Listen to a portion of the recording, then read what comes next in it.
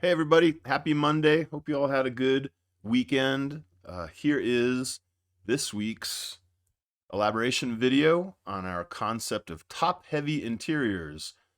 This class this week is a challenge to the idea that you can flip a painting in any direction and it will still somehow work the same in every direction. So we started off, just a quick recap. We looked at these two Mark Rothko. The one on the left is the actual Mark Rothko painting as it exists in the real world. The one on the right, I've flipped it over 180 degrees. And I just want to point out there's a difference that I think goes unmentioned often in painting composition. Obviously, the one on the left has a bit more tension, at least I feel that way, that there's a suspended heavy object on the upper left, where on the right image, as I flipped it 180 degrees, that heavy object is at the bottom and it feels a little bit more stable. And so this is a concept that I like to use a lot in my own painting, and I think about it a lot in other artist work that I like, that the bigger and heavier the object can be and the flatter it can sit on the bottom, the more stable you get. So maybe that's what you're trying to express, is a sense of stability and calm, where if you suspend, you will get that sense of suspense like in the image on the right. And so this concept that you can just flip a painting upside down and it works the same doesn't make a whole lot of sense to me, because that would, as is the case with this Rothko, that would kind of take away that idea of suspense. And so in art history, there are so many wonderful examples of paintings that have this kind of feeling of suspense, that in this Michelangelo, obvious, very famous painting, the fingers are just about to touch, but they're not touching. In this Goya, there's obviously we're in the middle of a very horrifying event, but there's this sense of suspense that something is about to happen. This is one of the great attributes of painting, in my opinion, is that we can freeze a moment, especially with something so imaginative as this. And this wonderful Turner painting, one of my favorites ever, where he suspends this storm coming up over the Alps. Very fantastic, very romantic, very intense feeling. So I found this today, the Sword of Damocles. I was thinking all weekend about this idea, kind of the Sword of Damocles hanging over, uh, uh, giving us that sense of suspense. This is sort of an extreme version of that. So I did a quick little demonstration of this, a digital drawing. It's not perfect, certainly, but I took this photograph on the left is just a window in a garage in Maine somewhere.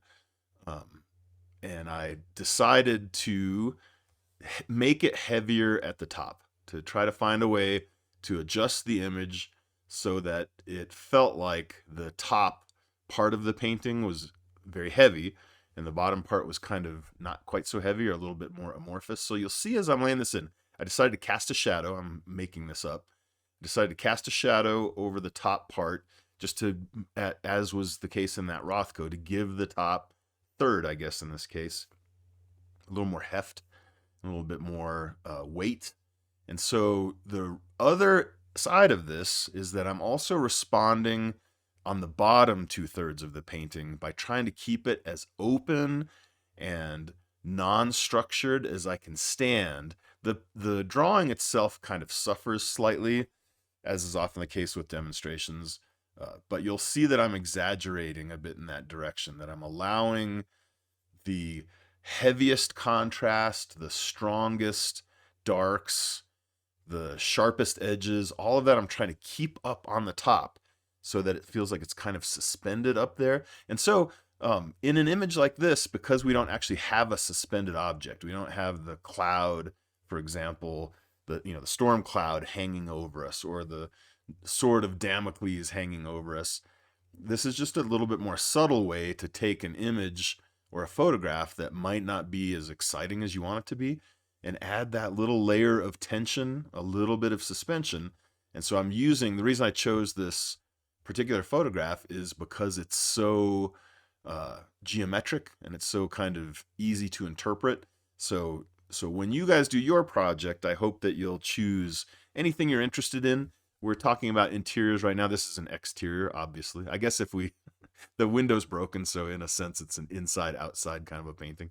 But uh, what I wanted to do in this demonstration was just show how to, here you can see I'm experimenting a little bit with broken windows and things, and none of them quite worked out. But the idea is that everything above that shadow line, I want to be really sharp, really heavy, lots of contrast, lots of saturation, so that everything exciting is happening on top.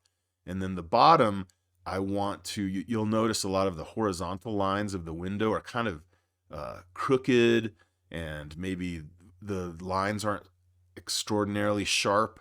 There's a lot of that gray color that's kind of squeezing over the top of the greens. And so as I progress, and it's just about finished here, as I progress with the drawing, I want to keep that idea of the bottom 2/3 being as amorphous, not completely amorphous, but as amorphous as I can tolerate and still feel happy with the image, and try to get the top to be the exact opposite, to try to get the top really strong, really heavy, lots of weight. If I were doing this in oil paint, this is a digital sketch, by the way.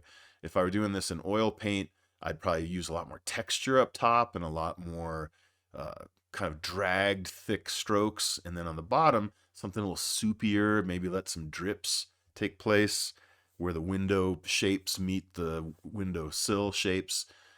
Here's another attempt. You'll see I had a few bright ideas, sarcastically speaking, a few okay ideas that didn't really turn out. And so that's kind of the end of that. So give that a shot when you're trying your projects today. Think in terms of that top 2/3, or however much you want to use. It can be the top half, it can be the top fifth, but really put your weight, your dark colors, your saturated colors, your heavy shadows, if you're doing it as a painting, maybe your heavier textures, and then allow the bottom 2/3 to be as kind of open and amorphous and non-structural as you can stand. So that's the project for this week. Good luck, everyone, with your top-heavy interiors, or whatever you want to do. It doesn't have to be an interior. And post it on our Winslow class page. And for those of you who may have missed this in the recording, I have class coming up at Winslow Art Center April 22nd and 29th about simplicity and impact, and how to get those things, how to, I would call it, speak with a very clear voice, which is something that a lot of people strive to do in their paintings. All right, everyone, good luck. We'll see you in class.